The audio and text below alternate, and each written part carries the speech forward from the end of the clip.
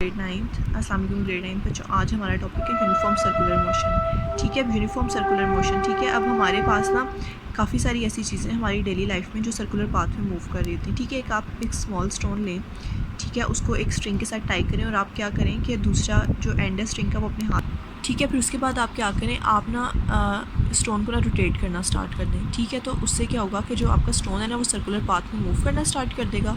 और जो motion of stone है इसको हम क्या कहेंगे, सर्कुलर मोशन। क्यों? क्योंकि वो एक सर्कुलर पाथ में मूव कर रहा है। ठीक है, इसी तरह से जो मून की मूवमेंट है अराउंड अर्थ, ये भी क्या है कि सर्कुलर मोशन है। क्यों? क्योंकि अर्थ हमारे पास सेंटर में होती है और मून इसके अराउंड एक ऑर्बिट में सर्कुलर मोशन में मूव कर रहा है। ठीक है, तो जो मोशन होती है किसी भी ऑब्जेक्ट की सर्कुलर पाथ में, उसको हम कहते हैं सर्कुलर मोशन। अच्छा बच्चों, अब हमारे पास है सेंट्रीपिटल फोर्स। ये बहुत इंपॉर्टेंट टॉपिक है। ठीक है, consider a body tied at the end of a string moving with uniform speed in a circular path. कि आप एक बॉडी को कंसीडर करें, जैसे हमने अभी स्टोन वाली एग्जांपल ली कि वो क्या करी कि एक सर्कुलर पाथ में मूव कर रही है। अब आपके पास इस बॉडी के अंदर ये भी टेंडेंसी कि वो स्ट्रेट लाइन में मूव कर सके इनर्शिया की वजह से, लेकिन फिर भी आपके पास ये बॉडी जो है सर्कुलर पाथ में क्यों मूव करती है? The string to which the body is tied keeps it moves in a circle by pulling the body towards the center of the circle. अब ये क्यों सर्कुलर पाथ में मूव करती है? क्योंकि जो स्ट्रिंग है जिसके साथ हमने इसको टाई किया हुआ है, ठीक है, तो वो क्या होता है, जब हम उसको मूव करवाते हैं ना तो वो क्या करता है, वो इसको पुश करता रहता है सेंटर ऑफ द सर्कल की टूवर्ड्स।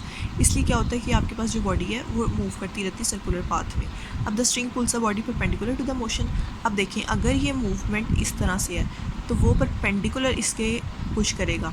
ठीक है, अगर जैसे इस पॉइंट पे मूव कर यहाँ पे है ना हमारा जो ऑब्जेक्ट है, तो स्ट्रिंग क्या करेगा, इसके परपेंडिकुलर बिल्कुल इसको पुल करेगा towards the centre of the circle. ठीक है, तो ये जो पुलिंग फोर्स है ना, जैसे जैसे डायरेक्शन चेंज होती जाती है पुलिंग फोर्स भी चेंज होती जाती है। जैसे यहाँ पे ये वाला पॉइंट होगा, यहाँ पे पुलिंग फोर्स यहाँ पे होगी।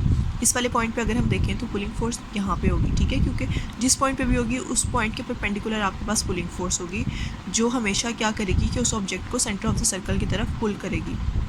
ठीक है, अब ये जो सेंटर सीकिंग फोर्स है ना, जो हर ऑब्जेक्ट को सेंटर की तरफ पुल करती है, ये कहलाती है सेंट्रीपिटल फोर्स। ये क्या करती है कि बॉडी को सर्कल में के अंदर मूव करवाती है। ठीक है, अब सेंट्रीपिटल फोर्स क्या है, हमेशा परपेंडिकुलर एक्ट करती है मोशन ऑफ द बॉडी के। ठीक है, अब सेंट्रीपिटल फोर्स की कुछ एग्जांपल्स हैं, जैसे कि अभी हमने देखा कि एक स्टोन है जिसको हमने टाई किया है। ठीक है, तो क्या होगा आपके पास कि जो आपके पास जो टेंशन इन द स्ट्रिंग होगी वो क्या होगी, वो सेंट्रीपिटल फोर्स जितनी भी हमें रिक्वायर होगी वो प्रोवाइड करेगी। ठीक है, और ये क्या करेगी कि आपका जो स्टोन है उसको सर्कुलर पाथ में मूव करवाएगी। अगर आपका जो स्ट्रिंग है वो इतनी जितना हमें सेंट्रीपिटल फोर्स रिक्वायर है वो नहीं प्रोवाइड कर सकेगा, तो क्या होगा कि आपका स्ट्रिंग टूट जाएगा और आपका स्टोन जो है वो सर्कुलर पाथ से साइड पे जाके, ठीक है, वो ब्रेक हो जाएगा और जो आपका स्टोन है वो गिर जाएगा। ठीक है, तो इस तरह से आपके पास क्या होता है कि हमेशा जो है टेंजेंट ऑफ द सर्कल के अक्रॉस जो है आपके पास सेंट्रीपिटल फोर्स एक्ट कर रही होती है। इसी तरह से जैसे मून है वो क्या करता है कि अर्थ के अराउंड रिवॉल्व करता है, तो ग्रेविटेशनल फोर्स जो अर्थ की क्या करती है, सेंट्रीपिटल फोर्स जितनी हमें रिक्वायर होती है वो प्रोवाइड करती है। अब आप लेट कर लें कि एक बॉडी है जिसका मैस m है, वो यूनिफॉर्म स्पीड b के साथ एक सर्कुलर पाथ में मूव कर रही है और उस सर्कल का रेडियस है r। तो जो एक्सेलरेशन होगी वो आपके पास किसके इक्वल होगी, सेंट्रीपिटल एक्सेलरेशन v²/r। ठीक है, तो Newton second law of motion के अकॉर्डिंग आपके पास क्या होता है, F = ma। तो यहाँ पे सेंट्रीपिटल फोर्स है तो सेंट्रीपिटल एक्सेलरेशन होगी तो Fc = mac।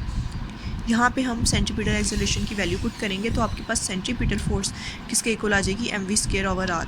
तो इसका मतलब है कि आपके पास जो सेंट्रीपिटल फोर्स होती है वो किसके इक्वल होती है, ये डिपेंड करती है मास, वेलोसिटी और रेडियस ऑफ द सर्कल के ऊपर। ठीक है, अच्छा बच्चों, अब हमने पढ़ा था न्यूटन के थर्ड लॉ ऑफ मोशन में कि हमेशा हर एक्शन का रिएक्शन भी होता है। ठीक है, तो अगर एक फोर्स है, ठीक है, सेंट्रीपिटल फोर्स है, वो क्या है, वो हर ऑब्जेक्ट को पुल करिए towards the centre of the circle, तो इसके रिएक्शन में कोई ऐसी फोर्स भी होगी जो स्ट्रिंग को आउटवर्ड पुश करेगी। ठीक है, तो वो जो आपके पास जो फोर्स होती है वो कहलाती है सेंट्रीफ्यूगल फोर्स, और ये ऑपोजिट होती है, इक्वल एंड ऑपोजिट होती है सेंट्रीपिटल फोर्स के।